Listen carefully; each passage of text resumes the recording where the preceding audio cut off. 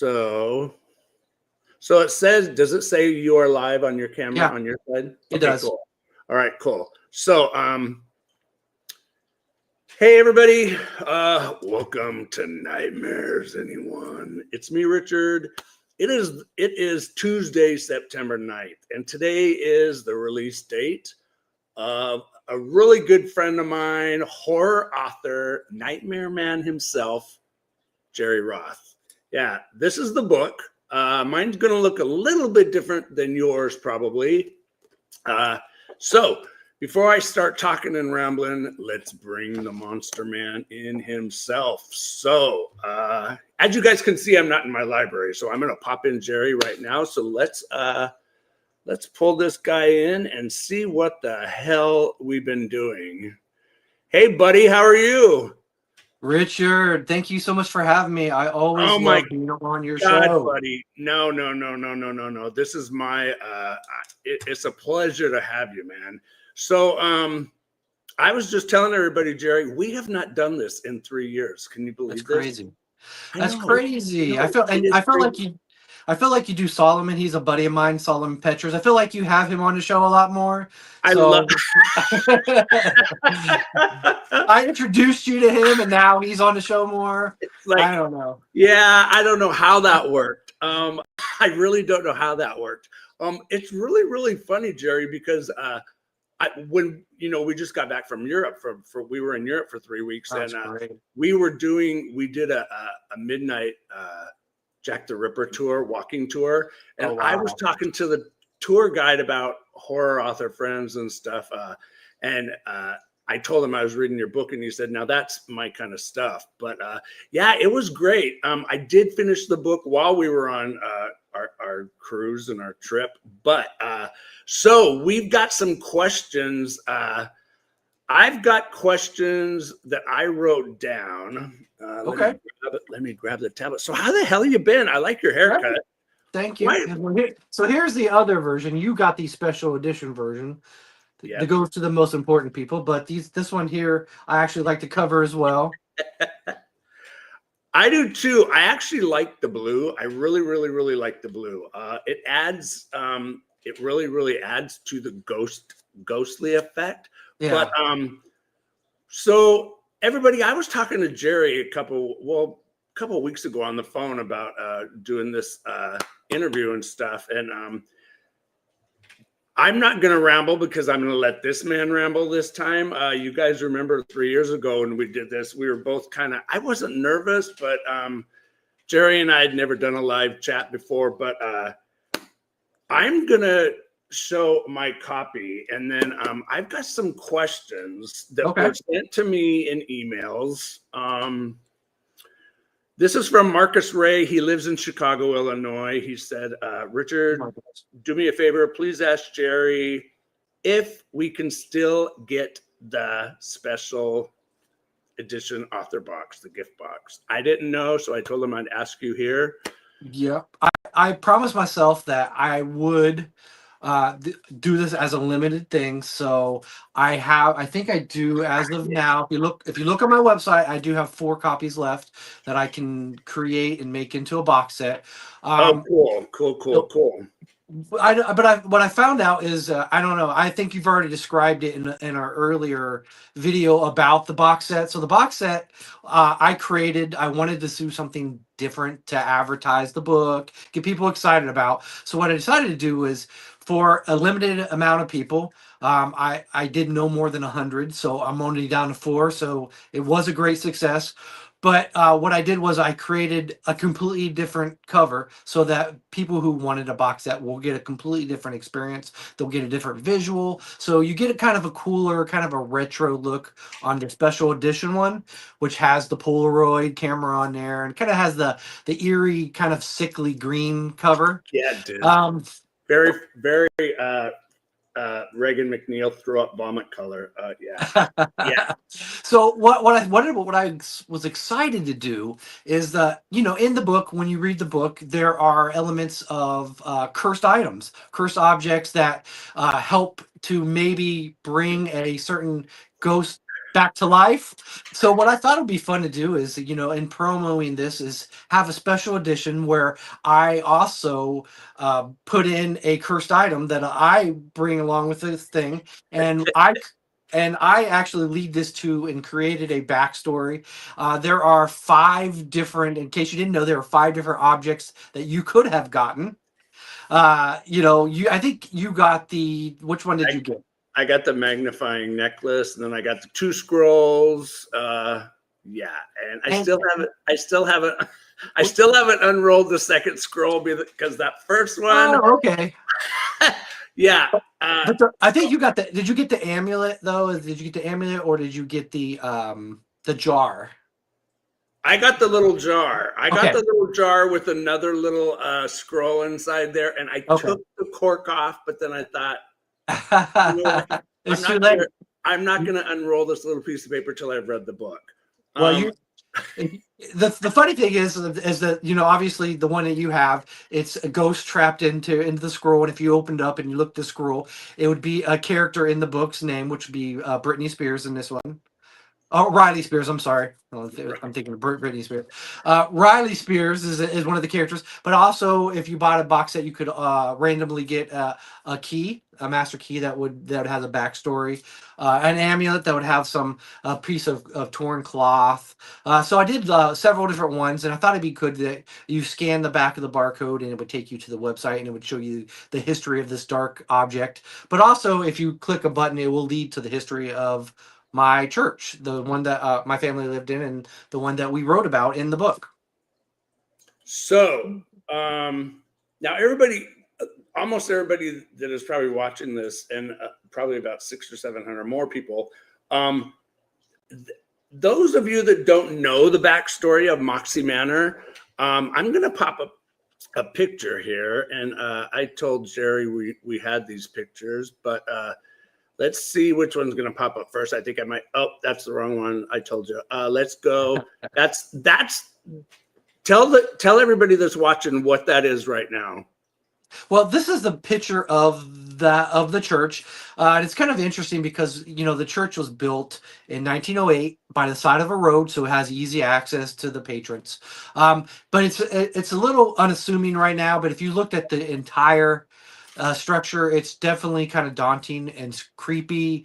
So maybe I'll add some. If you guys go to my website and you see the history, I'm going to add some actual pictures of us, the pictures we took inside the church. And it definitely has more of a spooky kind of vibe to it. And that was kind of the inspiration to writing the book. When I lived there, when our family lived there, we had so many experiences where we couldn't explain. We would try to explain to people what we felt, what we saw. There were dozens of times that we saw, no joke, me and my son, he's a teenager now, but we saw a woman's spirit crossing, doorways all the time.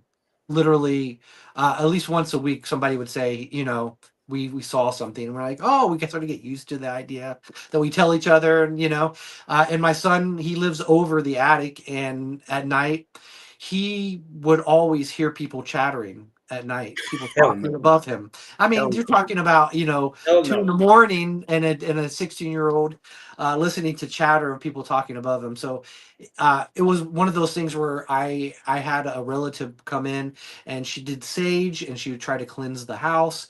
And she stopped in my son's bedroom and said, I don't think I want to go in there. There's something in there that's watching us. And that was why I had to sort of, there's a lot of scenes in his bedroom. With the Watchers is one of the characters in there.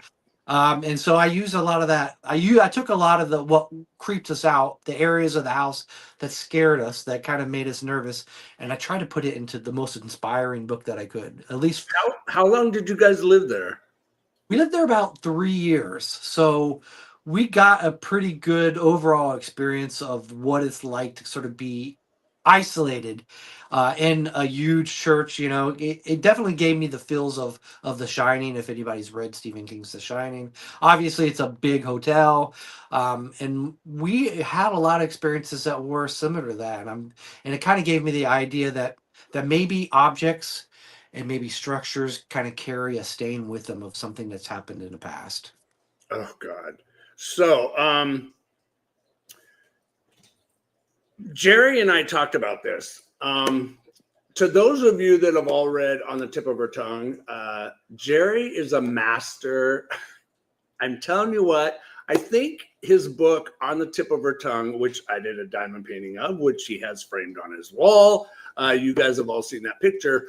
But Jerry has a way of hiding puzzles in his books. Okay, so I told you when I talked to you on the phone, I asked you, how many different ways of finding puzzles in this book. Yeah. Now, I'm not going to spoil anything, but Jerry, you told me that we would talk about this. Sure, But before we start talking about the puzzles, you really went batshit crazy with this one. You have, it's so funny because when I was reading this, I saw so many horror tropes and scenes from, I wouldn't say vintage because they're from the 70s and 80s, but before I forget, don't forget to drink your Ovaltine. Nice.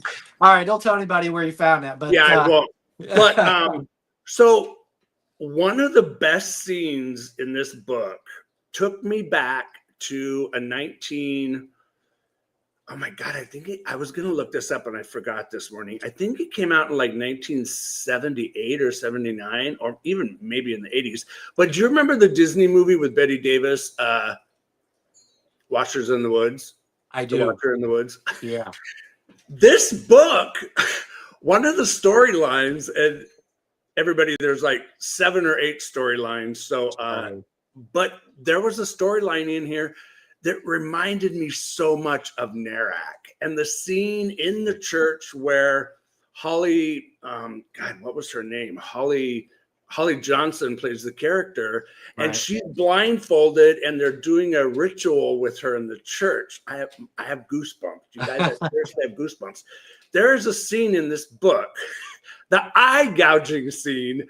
But before I start talking about scenes, tell everybody what this book is about. What can they expect without giving in any spoilers when they pick up this book and crack open the cover? And like I said at the beginning of the video, the book does come out today. Don't forget those. I know a lot of people have said they pre-ordered it. They should be getting there sometime today or tomorrow. But tell everybody. Why the hell a damn camera? Why a Polaroid camera? I have one out in the garage and I don't think I'll ever touch it again. So yeah. I think what I was trying to do is I mean, you can probably see from my house, I have let me see if I can see it over here, this section here. I have all VHS up here, DVDs down here, and CDs down here. So I'm a kind of person that loves physical media. I think that's one of the things I'm afraid we're going to lose in this digital world is be able to touch something, feel something, know that it's yours, even something scary, especially something scary. You want that feeling. And I think that's kind of what I drew inspiration for the objects. I wanted something that, everybody has, even if you haven't owned one, you've been around a Polaroid and there's kind of like there's a mystique and there's a wonder to it. Like, how does this, like a factory all in one small little size that creates images? But again, it's like, when you're talking about technology that's a little bit older, there's almost a magic to it. Like, what is it bringing in when it's developing? What is it seeing? Is it seeing something that our eyes don't see? And I thought, with the world that we live in now and everything's digital, it's almost disposable.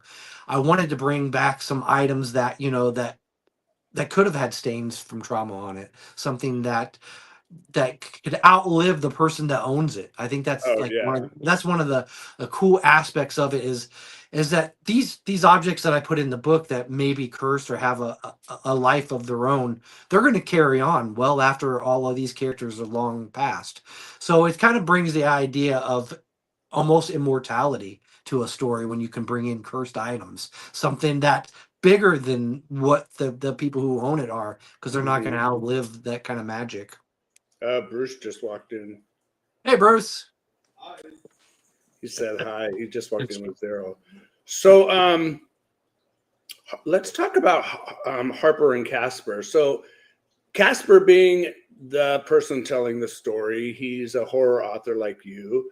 Of course, him and Harper are going through a tragic loss. And did you see yourself and your wife? From what I know about you when we've talked, Casper Finch is so Jerry Roth. It's like, He's knowing that you guys lived in the church. So, yeah, what about Casper? What kind of person did you? He reminded me so much of you. It was uncanny. Yeah, I wanted to not stray too far away from myself. If you read like, some of the best stories ever are about authors. Stephen King did Misery, and I'm sure there are aspects, in all of his stories, especially ones that are about authors that, derive from him to make it more realistic. And I did the same thing. When I moved into the church originally, I was stunned at the scenery around me, ceilings that go up 25, 30 feet, it has a whole different feeling. But what I wanted to bring into the story was something that kind of grounded it, like what would an author who moved into a haunted house, what would be the reason he does it? For me, it was inspiration. But as you read this story, you find out um, that the character of Casper Finch, he does it kind of for inspiration, but for a whole twisted another reason. Finch. Where have we heard that name before? Classic Atticus Finch. But so Absolutely. I was surprised how horrific you made this tale. And everybody, there is everything in here. There is, like I said, eye gougings. There's some of the most disturbing scenes of these watchers, these creepy ass things that live in the woods that's behind the church. But Right. you brought all these aspects of horror and you took so many tropes. And the character Twix in the book Yeah. took me back to an old Dean Koontz yellow lab from The Watchers. The Watchers. And Yeah, it's absolutely. like you took so many. I love this, but there were scenes where I actually, when I was reading it, I'd put it down and I told Bruce, I said, "You've got to read this one. This one's really fucked up compared to." I was not expecting some of the scenes that were in this book, and the yard sale aspect. I mean, she becomes obsessed. She almost becomes. We're talking about Harper. She almost becomes obsessed with going to find the ultimate treasure at a yard sale. And what she finds is actually a portal into something that actually would scare the shit out of me. It would scare the hell out of me. And there were scenes, you guys, Jerry took a lot of photos. And there's photos throughout the book. I can talk about this now because I've got him on the channel. But there are some of the creepy ass photos in here that Jerry actually took. And depending on how you look at the book, I would recommend everybody reading it first and then going back through and trying to find the answers to the questions you have, because you're going to have a lot of them. Why? I don't know how to ask you this without. Why was Twix the way he was? I'm still kind of thinking, was he really the Twix that we read about, or is he just? That part I can't tell you. I don't want you to tell me the answer, but Yeah, where the I hell know. did you come up with Twix? Because your dog is actually named what? My dog is named Snickers. Snickers. Yeah. Yeah, so Snickers and Twix, candy bars of the 70s and 80s. So I think kind of the impetus for creating this, as you evolve as a writer, the first idea is to chase down the big five companies and get your stuff published with them. But along with that, there are a lot of rules that you must abide by. There's a lot of standard rules. Uh, industry. Things that you need to do. You can't go too far off the plantation or ranch when you're coming up with these ideas because you have to have some kind of solid ground when you're going to publish to the masses. Well, my idea this time was to do a little different. I feel like my strength comes from is kind of stepping out of the norm and writing something that kind of maybe writers other writers wouldn't take a chance at. I'm hoping that I push the boundaries a little bit. I mean, for something like this, I really swung for the fences.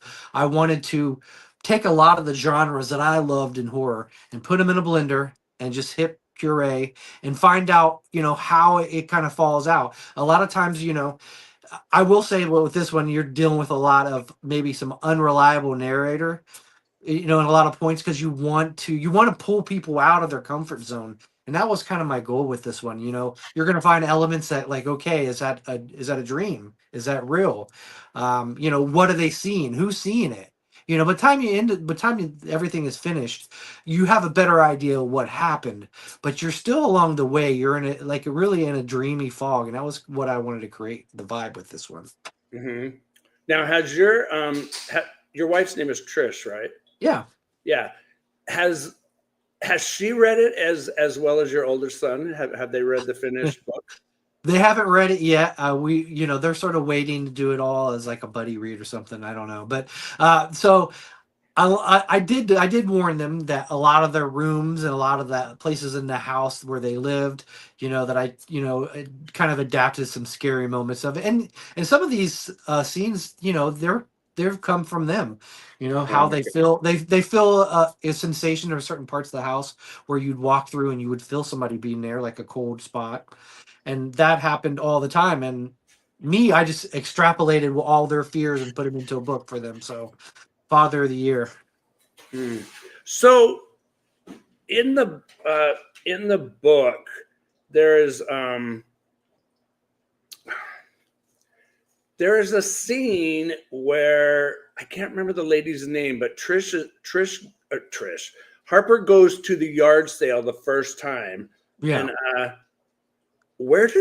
how did you come up with that lady that gives Harper the box? It's just I, like she reminded me so much of the lady that lives next door to us, and I was just like, you I talking don't about know Carol? where this man. The Yeah, what Carol was her character? name?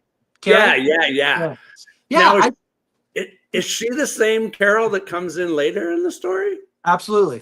So I thought it'd be cool, to dive into maybe the people who live in the yard sale world. There are probably tons of them that we don't know that go to every thrift store, every rummage sale, and finding these treasures. Maybe not necessary to resell, but maybe for nostalgic reasons, something that draws them. I even Mhm. myself like going to yard sales and thrift stores. Always have. So it was one of those things where I wanted somebody who, I named the people that go to all these sales yardbirds, just because that's their world. That's they live. They know all the rules. They know the corners and the angles, learning how to deal with people.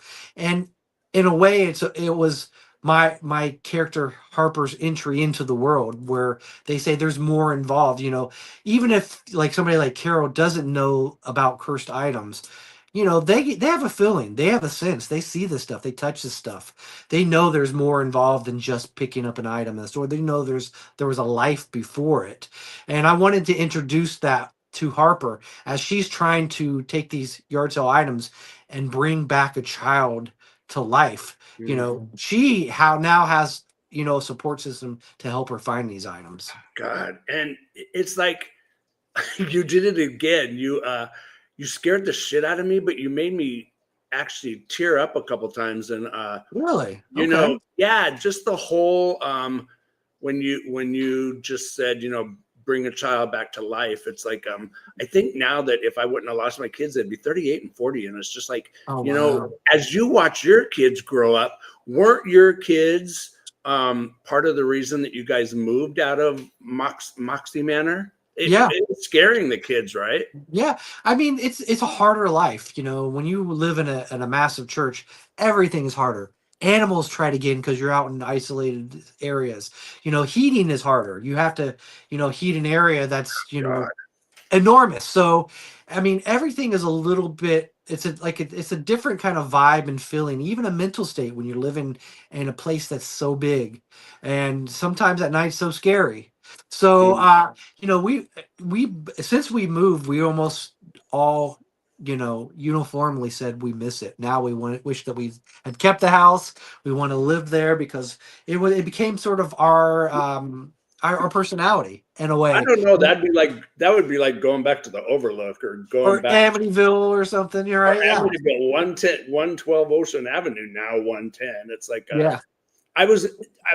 It's funny that you said Amityville Horror because there's a lot of scenes where I saw Casper and Harper as George and Kathy Lutz, or even Mr. and Mrs. DeFeo, and it's like raising Danny and Missy, and I Yeah. can't remember the other kid's name, but this book is scary. There were parts where I kind of chuckled, like, what the hell drug was Jerry on when he wrote this?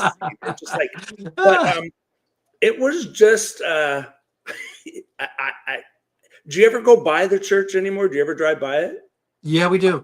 It's I try to like protect their privacy just because Mhm. when Yeah, we lived there, we had a lot of people trying to stop in and see the place too.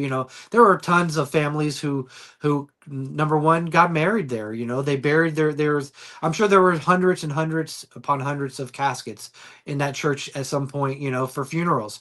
So it carries a lot of weight, a church does. So when you buy a church, there's a responsibility you have as an owner.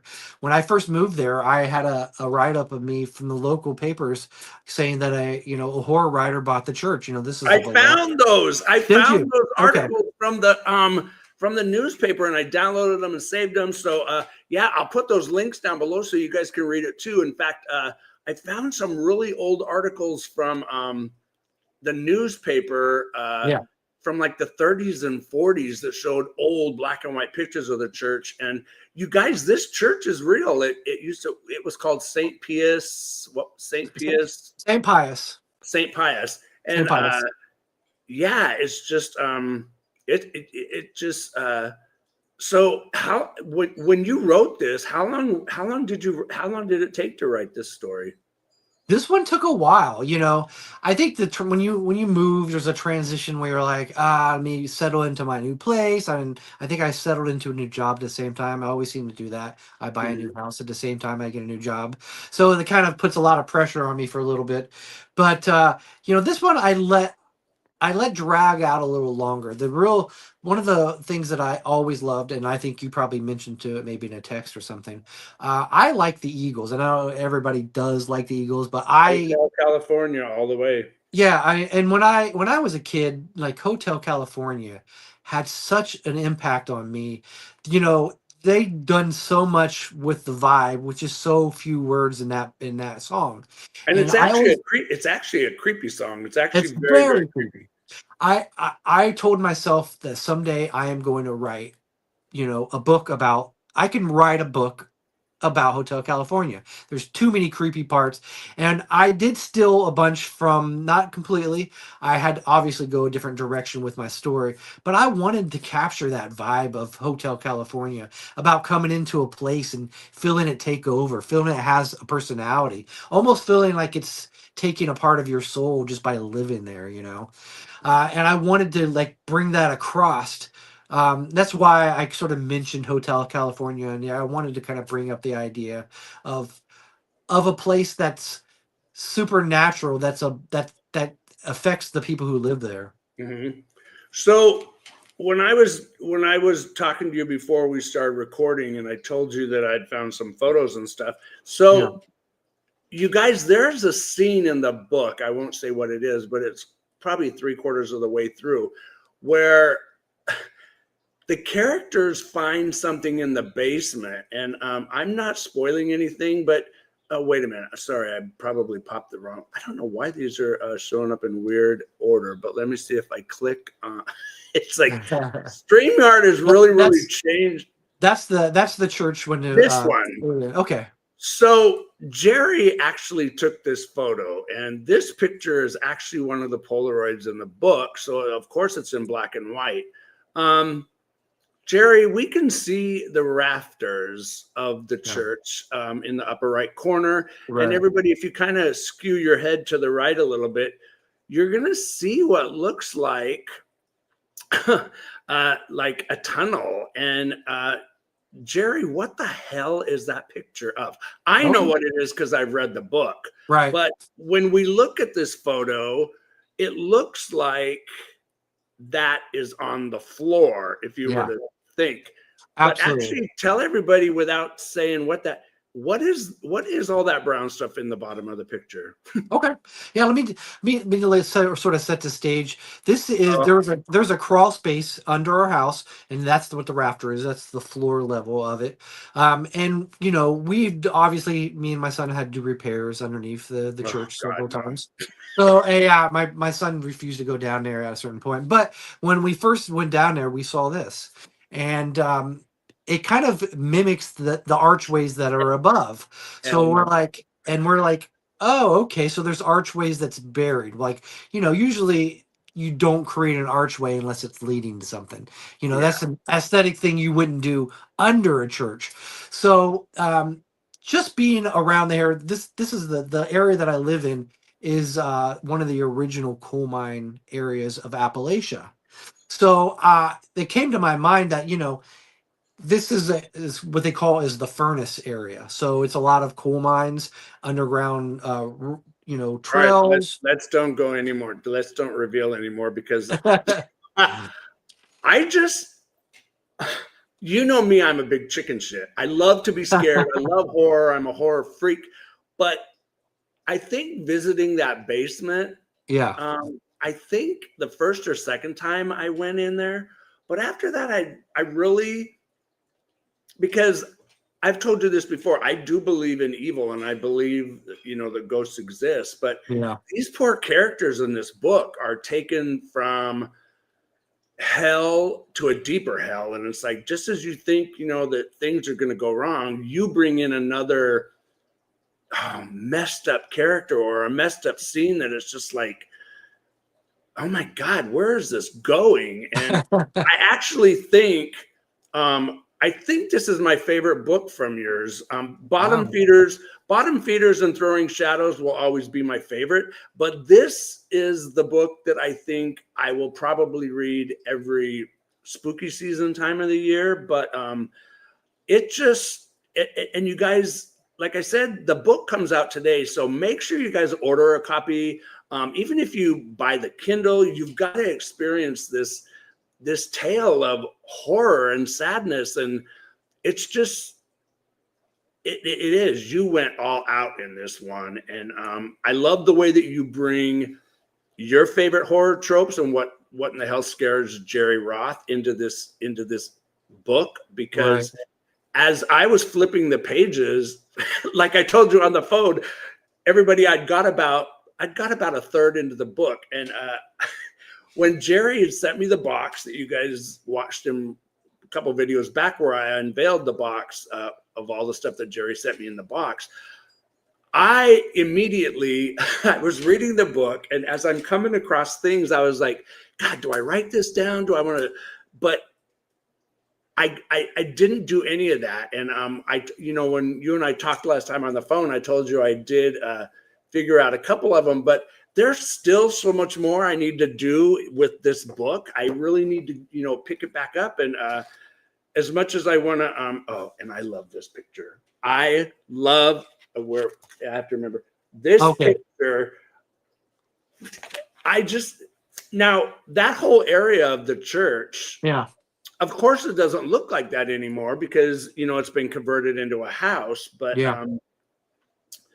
if Jerry Roth were to do this all over again, would you have ever not bought that house, or do you regret anything about living in Moxie Manor? Or What about the kids? No, I think the thing is, it was definitely a harder existence. It not like it was we were settlers or anything, but you're isolated. You're in a church by yourself, and Moxie is really a small little town. There are bigger towns in the area that are closer to like Columbus size, but this one is a really small isolated thing, and you know people in Appalachian areas, they are survivors, so you're talking about people who don't throw things away, who scavenge for metal. So it's a harder existence, but and superstition is it's a lot more prevalent in this area. These people Mm, are superstitious.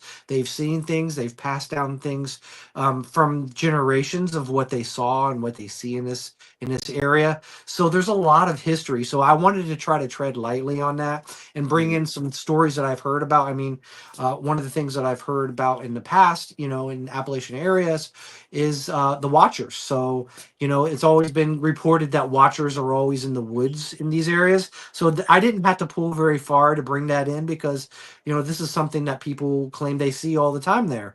So when I use a character like that, I wanted to like bring in the feeling of the area without really stepping on it. yeah, because it kind of reminded me of almost like New Jersey's the Pine Barrens, the way you describe it in the book, and Yeah. the Watchers, the whole. It just That was a whole nother where my mind would go off, and I was like, God, Richie, this reminds me of, the New Jersey Devil, and Yeah. you just you have a way of taking the pen, or I've asked you this before. Don't you write on a do you write on your tablet, or No, do you I write on write your computer? I write on computer. I used to write long form, Uh, but then like, but kind of editing process obviously was a pain because you had to rewrite everything in order yeah. to edit it. So I moved away from that, and I'm more modern take. But I'm like I think we've talked about it before. I'm a pantser, so none of these Yeah, none of I'd these. never heard that. I'd never heard that term before, and I was like, "What the hell's a pantser?" And then Solomon mentioned it one time too, so it was just Yeah. like, it's just so. Yeah, you're a pantser. So Um, I don't want to put anything on paper ahead of time. I want the story to lead me where it does. So if I'm shocked at where it's going, there is no way that most of my readers are going to figure out where I'm going because I don't know where I'm going. So I always find that that really, I think it excites my readers when they clearly you could be like, and I think one of the newspaper reporters who did this book says you don't even know what's going to happen to this book until the last 5 pages. So mm, I want to give people a journey. I want to, sometimes I put in a lot of characters just to kind of round out, to give it a grounded feeling. Stephen King is a master at writing about two characters throughout a book. I like to have a lived in feel where you see people come in and out, because that's how the world works. People come in and out of your life, opportune moments or inopportune moments. mm. And I think that you can kind of feel that in this book. Like everybody plays a part, whether you know it until the end, what their part is. And I think that was kind of what I did with Bottom Feeders. A lot of Oh people were God, like, a lot that of book. people, a lot of people That read that book and they were like, why am I reading 200 pages about this character? But then at the Oh end, my God, you find out. that whole desk. That I'll never forget that desk from that book. And oh, when he pulls that drawer out, and I just that still. I love the cover art, but I've had like probably 8 or 9 emails from me asking, you know, Richie, when I get my copy, mine says on the back, you guys, it says special edition right here. Now, Jerry, there's nothing cut out of this version from the one that's on sale, right? No, absolutely. Everything is the same. Obviously, the cover is different, and Yeah. the artwork is different. Um, but I wanted to keep it the same. I just want to give something special to the people who stepped up and purchased first. I mean, something like this, it helps me kind of fuel the launch. It helps me deliver something fresh and exciting, so to get people talking. But what I did do is, because I wanted to kind of keep that excitement alive. So for moving forward, at least for the foreseeable future, I'm going to have the one that's going to be one at the stores, but I'm also going to, along with this one, I'm going to have a cursed item that I send along with it, just so that you can have share some of the fun that Mhm. other people shared before the launch. So I'm gonna at least have a cursed item to go along with this one. That'll be on my website. But the thing is that when as you mentioned earlier, what I like to do is I like to put a lot of Easter eggs in there, a lot of hidden clues. Oh my Uh, God. And they and were everywhere. They were yeah. everywhere. I love that. Some have to do with the story, some don't. Some have to do with the characters. Some have to do with just the act of putting something fun into it, as you mentioned about the Ovaltine. Um, but what I like to And we do, all know that. We all know where that came from. A Christmas Story. I mean, how could you not put in it? Like that's the most best password ever, right? So that's like the best Easter egg, and I had to put it in there. I But loved that. I loved that. It cracked my ass up. But first, and I forgot to tell you this before we actually start recording. I want to tell you thank you so much for taking time out of your vacation. Everybody, Jerry's on vacation, so it's just like when him and I were talking about when we want to do this. I didn't really want to take time away from him and his family, but he said, "Hey, it's cool. Let's do it while I'm on vacation." So yeah, I'm glad I'm not taken out of your work day or your time with Trish and the kids. But yeah. No, it just, I yeah. would do one with you once a week. I swear. Like, You know what? I would too. So don't put that a little P in yeah. my brain. But what is on your shirt? Normally I have a horror shirt on too. It says horror, persons living dead or undead. Oh my God. How do you I remember those. Remember the it looks like the movie rating code from Yeah, yeah. the old drive-in movie ads. And Yeah. it's like you and I talked before. I want to do and we should do it with it, Mm. sometime in this month. We need to do it again. We need to do a horror movie tagline or trivia video, because I would love to just sit with you and ramble, throw a year at you and you throw back a movie. And Yeah. every time I talk to you, I have so much fun, because it's like, though we've never met in person, it feels like I've known you for 10 or 15 years. It feels like you and I would just go out for a beer, or We would. We would. take Trish and the kids and Bruce and just go out and go see a scary ass movie or stuff. But I just, are you working? Have you already started working on anything else or not? Absolutely, yeah. So I have this is going to be just for your audience, I guess. So I'm actually going to be writing under a pseudonym next year. So I decided to do something a little different. And obviously, I'm going to come back. I'm going to switch off between my two author names and come back and write another one. But what I am doing next year is I'm going to write my first dark YA fantasy. So it's me, it's going to be dark. Oh, But right. I wanted an idea where I could kind of bring, I everybody loves fantasy or in one aspect or another, but I wanted to see how dark I can, inject, you know, children in the story. So that's going to be my new thing. And just for the people who are here, because I'm not going to probably say it anywhere else, but I'll Yeah. say it for your audience, is that I'm going to go under the name Casper Finch. So if you see that name out there out in the wild, No shit. he's going to No be shit.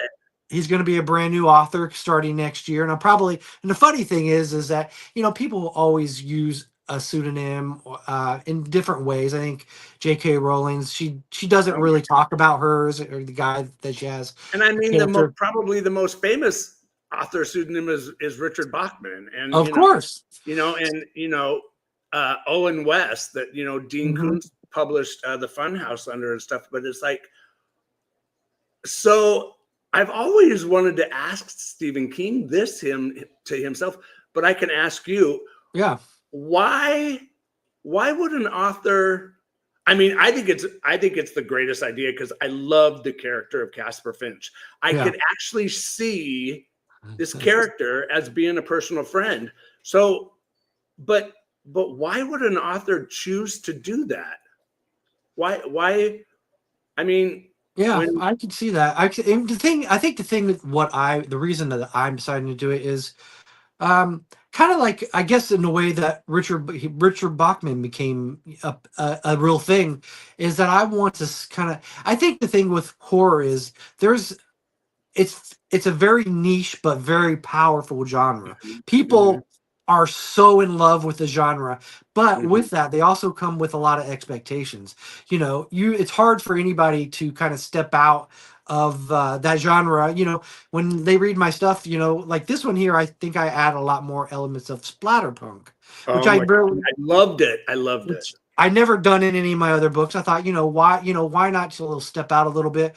But it's the little things like that when your readership, they have certain expectations for you.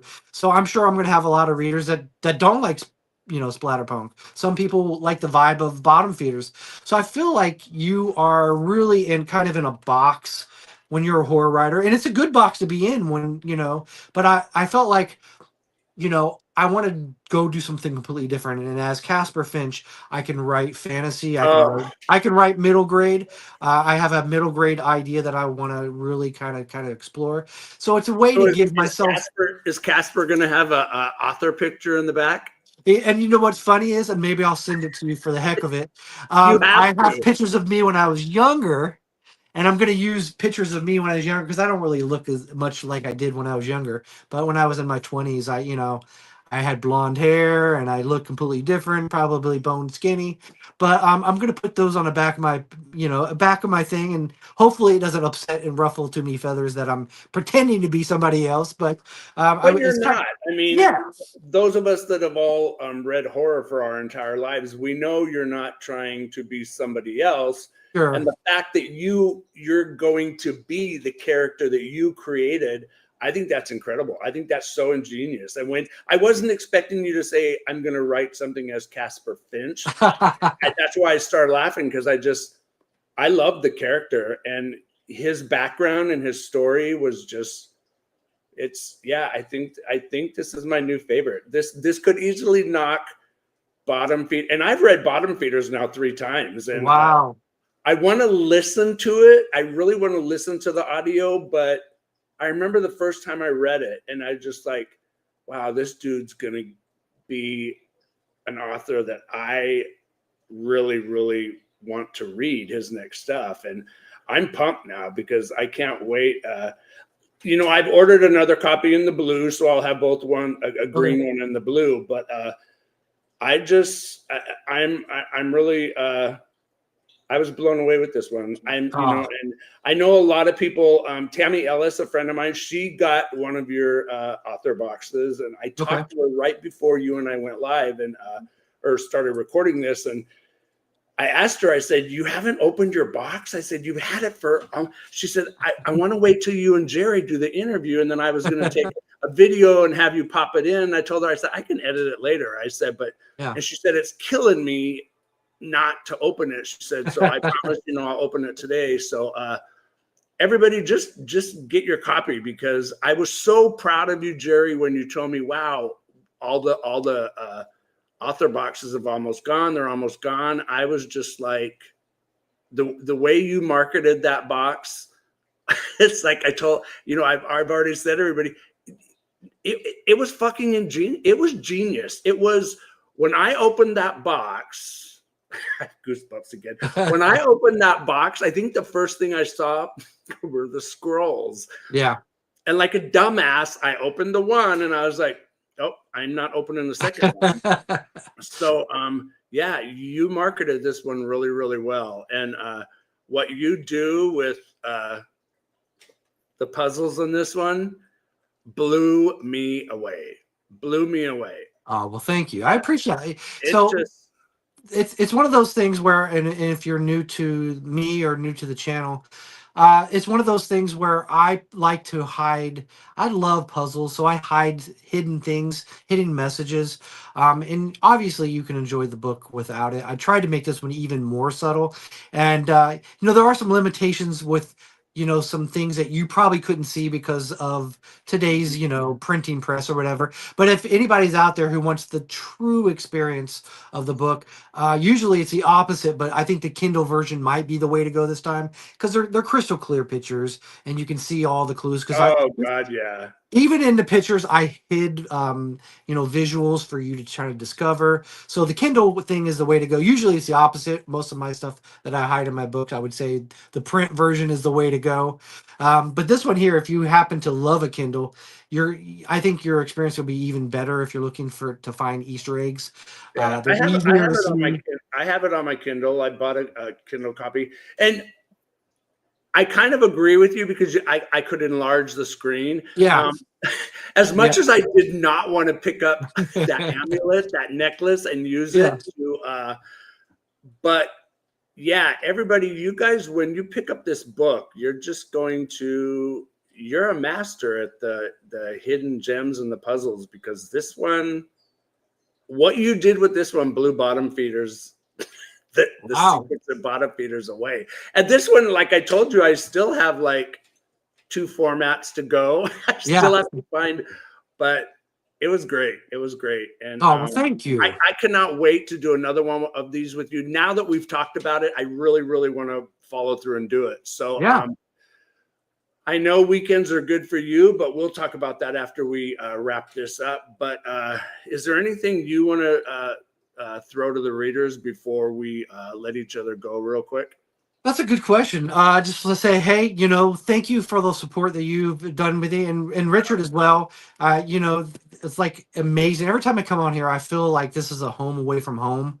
It's weird. It's weird. Yeah. And when we talk to each other, even when we talk on the phone, it's just like, I can talk to you about anything. I can, I don't have to watch what I say. And it's like the old saying, diarrhea of the mouth. Everything that comes out to me is from this horror hound to that horror hound. Yeah. And, what you did in this book, it was genius. And thank you. I promise I'll put you above Solomon and I'll get you on here more. And, but really, we should do like a bi-monthly thing, or I would do it every week. It's just like, I have the time, even if we took a half hour and just popped in and said, hey dude, what the hell are you doing? Let's talk horror. And I know we could, because I could sit here and do this with you for hours. It's a monthly horror review, some horror movies you and I talk about.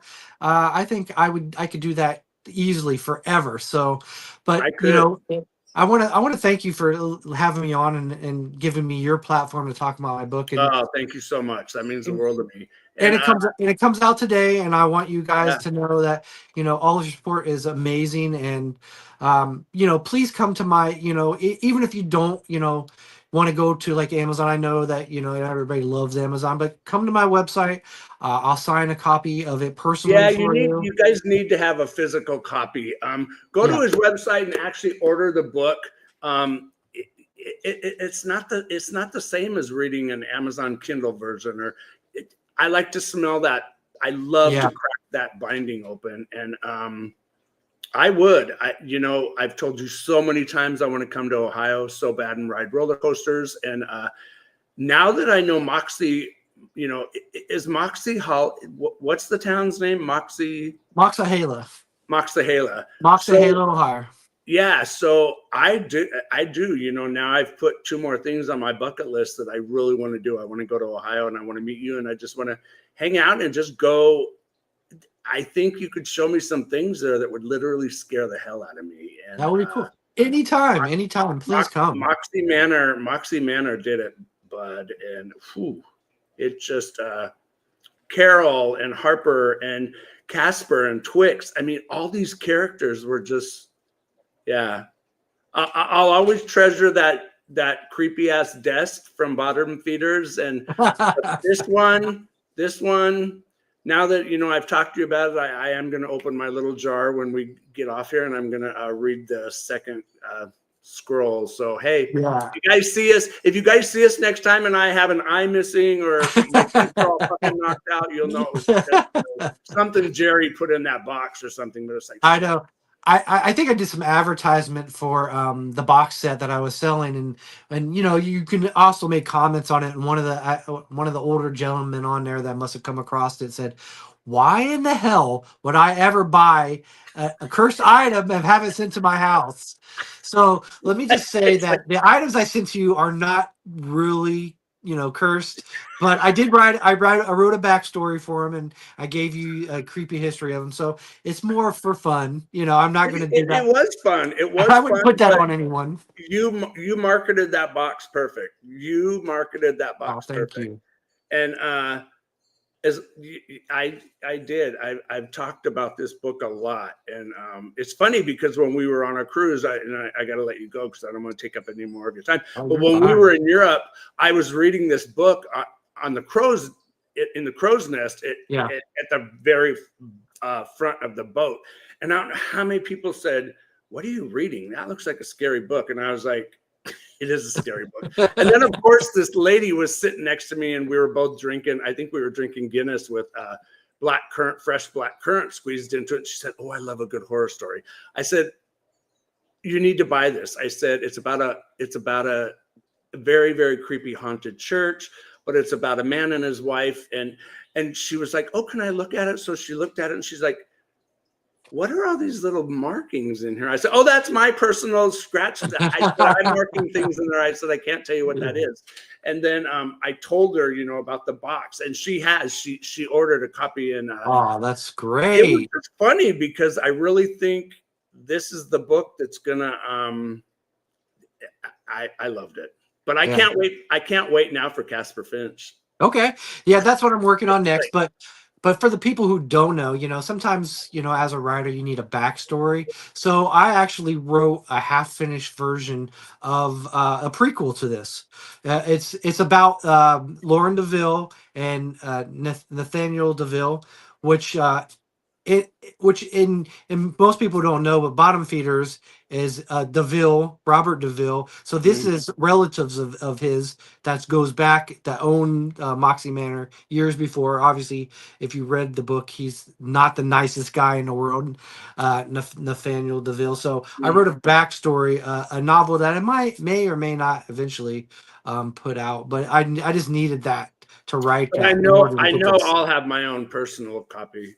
I know I'll have my own. I I'll just know send it to I'll have you. my own PDF copy of it. So I'll just send it to you. Don't worry. so yeah, you guys. But once again, I want to tell you thank you so much. Thanks for taking time out of your day, and thanks for giving me. You did you scared me with this one. You scared me with this one more than you did when I read. Oh God, there's still four stories in Throwing Shadows, and you guys, Right. if you like short horror fiction or short, Jerry has some killer ones in there, and And yeah, I guess I will, since I'm trying to not be on as many podcasts. I only like yours. There's only a few that I like. And but I will say though that I when Bottom Feeders first came out, I was a really green writer. I didn't know the editing process, and I kind of left it to everybody else to try to make it look polished, and I was never really happy with that. So this past summer, I took the time and I completely re-edited Bottom Feeders, no and shit. I re-edited it, and I actually extended the first chapter to probably another 50 pages, so you get a better insight of the 5-0 or 1-5, 50 5-0. So pages. yep, 5-0. So I extended the first chapter, so you learn the history of the people who brought in the baby in the first chapter. If you've ever read the book, it's kind of a crucial part of it. But I wanted to give a more context. This is what my original idea was going to be, to extend the first chapter, let you see what the pregnancy was like, Mm. the creepy supernatural elements that were added to it. For the original thing, I thought it'd be better, or at least I was told that it'd be better to make the chapter a little smaller, a little punchier. But I think this is a better version. So you can get the Kindle version now. I don't think Wow. I don't think the publisher has gotten the print copy ready yet. So if you're looking for that, you have to wait for an announcement for that. But if you're looking for a new edition of Bottom Feeders where it could be a completely different experience for you and maybe more true to what I thought it was going to be, then pick up the Kindle version. It's available now to see what Bottom Feeders should have been or supposed to have been, or maybe my original vision of it. I can't imagine it being any better, but yeah, that first chapter, whew, Yeah. it took me back to It's Alive from Love 1975. that. I'm trying to get my kids to watch that movie. I don't know if they ever Oh my will. God! Did you know they made a remake? Here we go talking about. Did you know they made a remake in 2019? I did not see the remake, Yeah, but I I saw. watched it. I watched it with a friend of mine, Angela from DP Creepy Cuties, and she lives in Arizona. And we were watching it, and she called me and she was like, "It was good, but Not as it's more scary, but it's not as suspenseful as the original." But yeah, you should look up the remake. It's yeah, with AI and CGI. yeah. You know, I mean, it's if not you Rick Baker's monster, but yeah. If you it go was back to good. that original operating room scene and It's Alive, there is not many more things that could scare you. I And it was mean, PG. It was rated PG was when it it? came out. Yeah, it was PG. No way. PG. Yes, it was PG. In fact, it opened when I saw Audrey Rose for the first time. It's Right? Alive was the second movie, and Okay. they were both released with and they were both PG. Yeah. I saw that one way too young, and I think that was the most frightening scene. That Yeah. fucking It took me a lot of years to revisit that movie. That was one of those movies that, every once in a while you'll see a kid just like sees a movie way too young and it messes them up. That was my movie right there. and the milk truck scene. I love the milk truck scene. Oh, With the glass milk jeez. bottles. I love it. But I am going to let you go. So once again, you guys don't forget, order your copy of Ghost from a Yard Sale, because it's funny because Jerry wrote in a friend of mine. He said, he said, stay away from my friend Richard, stay away from yard sales, J. Roth. But yeah, it just, you guys, you won't. He does it. Jerry does it in a way that just everyday, just old items, even from a 1970 Polaroid camera. You would never believe what comes out of this man's mind with this stupid little plastic camera. But dude, I want to tell you thank you so much, and I will talk to you later. I'll give you a Okay. ring. But thanks for taking time out again on your vacation. So hey, everybody, pick up your copy of Ghost from a Yard Sale. Just read a good scary book. It's good for the heart, and have great nightmares. And this man will do it. If you've never read him, pick up a copy because you won't be disappointed. So Jerry, I'm going to let you go. Take care, my friend. We will talk soon, if not see each other soon. But yeah, Okay. we need to do this again. Seriously, just for fun. Absolutely. I mean, let's just rack each other's brains over horror. I would love to do it. I love it. I would have a blast. So you guys, I'm going to pop Jerry out of here for a minute. Hang on, everybody. Don't leave where you're going. So Jerry, I'll be right back with you. Okay. Bye, everybody. Yep. So you guys, that was Jerry Roth. You guys pick up this book. It comes out today, wherever books are sold. Get a physical copy. Order a physical copy. Go to his website. I'll leave the link down below in the description and in the scary basement. But you guys, thanks for taking time out of your day. Thanks for stopping by. Nightmares, anyone. I promise next time I'll have my books behind me. Take care, everybody. Thanks.